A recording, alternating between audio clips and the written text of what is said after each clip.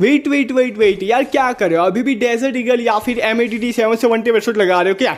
अरे रे रे रे, गलत बात है भाई, गलत बात है। आजकल के प्रो बंदे ना डेजर्ट ईगल MATD 7 नहीं चलाते। आजकल के वेट वेट वेट वेट यार, क्या कर रहे हो? अभी भी डेजर्ट ईगल या फिर MATD 7 से 1 वेटशॉट लगा रहे हो क्या? अरे रे रे रे, गलत बात है भाई, गलत बात है। आजकल के प्रो बंदे ना डेजर्ट ईगल MATD 7 नहीं चलाते। आजकल के प्रो बंदे वुड पिकर से 1 वेटशॉट लगाते। अच्छा एक सेकंड, लगाते हो कि नहीं ये बता दो पहले। नहीं।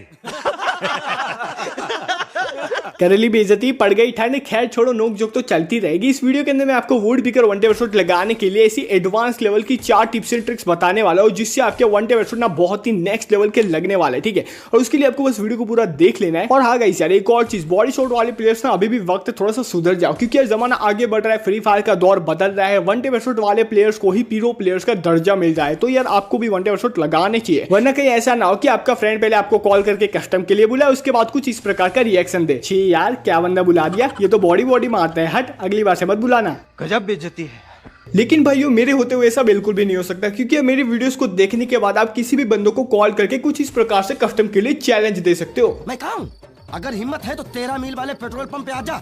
मैं और मेरे लोग तेरा इंतजार कर रहे होंगे। रख तेरी माँ का नाका मामा।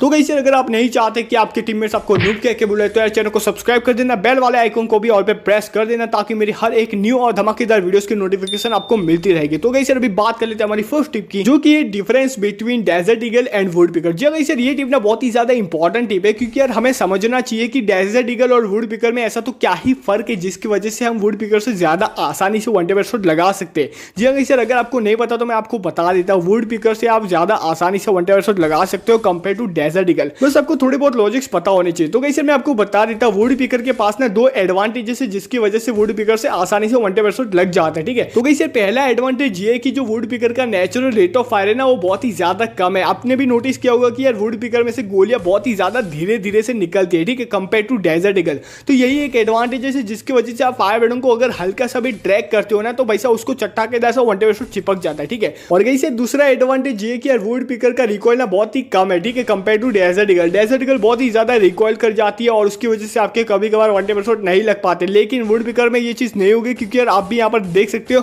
वुड पिकर की सारी गोलियां एकदम सीधी जा रही, कहीं पर भी आड़ी टेढ़ी नहीं हो रही, और जो एम है ना वो भी बड़ा नहीं हो रहा, यानी कि वुड पिकर का रिकॉइल बहुत ही ज्यादा कम है। ठीक है, तो गाइस यार यही 2 एडवांटेजेस है, जिसकी वजह से वुड पिकर से 1 वेटशॉट लगाना आसान रहता है कंपेयर टू डेजर्ट ईगल। ठीक है, तो गाइस यार बात कर लेते हैं हमारी सेकंड टिप की, जो कि सेट योर एम। तो देखो मेरे भाइयों, वुड पिकर से 1 वेटशॉट लगाने के लिए आपको एम किधर सेट करना है वो तो मैं आपको बता दूंगा, लेकिन उसके साथ साथ आपको एक और चीज ध्यान रखनी है, और वो ये है कि आपको एम सेट करने के पीछे ज्यादा टाइम वेस्ट बिल्कुल भी नहीं करना है। जी गाइस सर, अगर आप एम के पीछे ज्यादा टाइम लगाओगे तो वही सब सामने वाला बंदा आपको वैसे फिनिश करके निकलेगा। तो सिंपल सी बात है, आपको एम को सेट करने के पीछे ज्यादा टाइम नहीं लगाना है। अभी मैं आपको बता देता हूं आपको एम आखिर किधर सेट करना है। ठीक है, तो गाइस सर अगर मान लीजिए सामने वाला बंदा क्लोज रेंज या फिर मिड रेंज के अंदर है, और आपके हाथ में वुड पिकर है, और आपको वुड पिकर से 1 वेटशॉट लगाने, तो आपको एम को एनिमी की बॉडी से लेफ्ट साइड सेट करना पड़ेगा, थोड़ा सा दूर रखना पड़ेगा। जी गाइस सर, एनिमी की बॉडी से थोड़ा सा दूर और लेफ्ट साइड की ओर सेट करना पड़ेगा।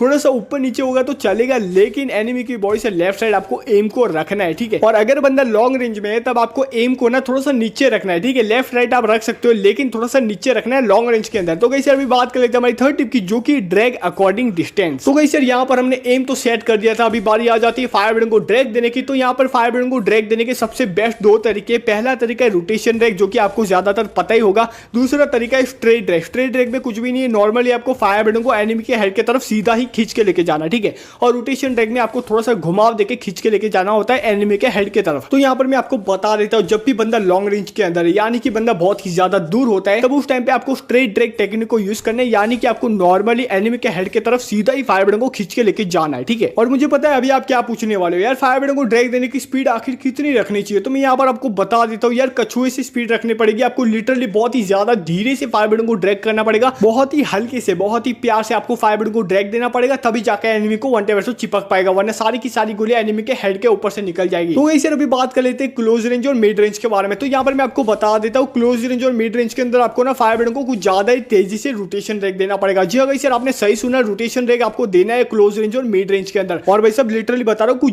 ज्यादा ही तेजी से एनिमी के हेड की तरफ आपको रोटेशन ब्रेक देना पड़ेगा, तभी जाके एनिमी को वन टैप हेडशॉट चिपक पाएगा। तो गाइस अभी बात कर लेते हैं हमारी फोर्थ टिप की, जो कि गो फॉर वन टैप। जी हाँ गाइस, ये टिप ना बहुत ही ज्यादा इंपॉर्टेंट टिप है, क्योंकि यार बहुत से बंदों की फटती है यार वन टैप हेडशॉट लगाने के लिए। मेरे को ये नहीं पता चला यार वन टैप हेडशॉट लगाने से डरना क्यों यार। वन टैप हेडशॉट ऐसी चीज है जिससे एक ही गोली में बंदा खत्म हो सकता है। तो गाइस यार आखिर क्यों डरा जाए वन टैप हेडशॉट लगाने के लिए। आपको एटलीस्ट हर एक मैच के अंदर वन टैप हेडशॉट लगाने का ट्राई करना पड़ेगा, तभी आपको पता चलेगा कि यार आप क्या क्या गलतियां कर रहे हो, क्या क्या आपको करना चाहिए जिससे आपके वन टैप हेडशॉट लग पाए। ठीक है, तो यहाँ पर मैं आपको बोनस टिप दे देता हूँ। अगर मान लीजिए कि आपकी ज्यादातर शॉट्स बॉडी शॉट लग रहे हैं, तो उस टाइम पे आपको समझ जाना है कि आप फायर ब्लेडों को कुछ ज्यादा धीरे से ड्रैग करो, जिसकी वजह से आपके वन टैप हेडशॉट नहीं लग पा रहे। ठीक है, तो अगली बार ये चीज आपको नहीं करनी है। तो कैसे अगर मान लीजिए इसका उल्टा, अगर आपके ज्यादातर शॉट्स एनिमी के हेड के ऊपर से निकल जा रहे, तो उस टाइम पे आपको समझ जाना है कि आप फायर ब्लेडों को जरूरत से ज्यादा ही तेजी से ड्रैग करो, जिसकी वजह से आपके वन टैप हेडशॉट नहीं चिपक पा रहे। ठीक है, तो कैसे ऐसे ही वुड पिकर से वन टैप हेडशॉट लगाने का ट्राई करते रहिए, अपनी गलतियों से सीखते जाइए। और भाई साहब मैं गारंटी के साथ बोला, अगर आपने ये सारे टिप्स को सही से फॉलो कर दिया ना भाई साहब, बहुत ही गदर लेवल के वन टैप हेडशॉट आसानी से लगा पाओगे।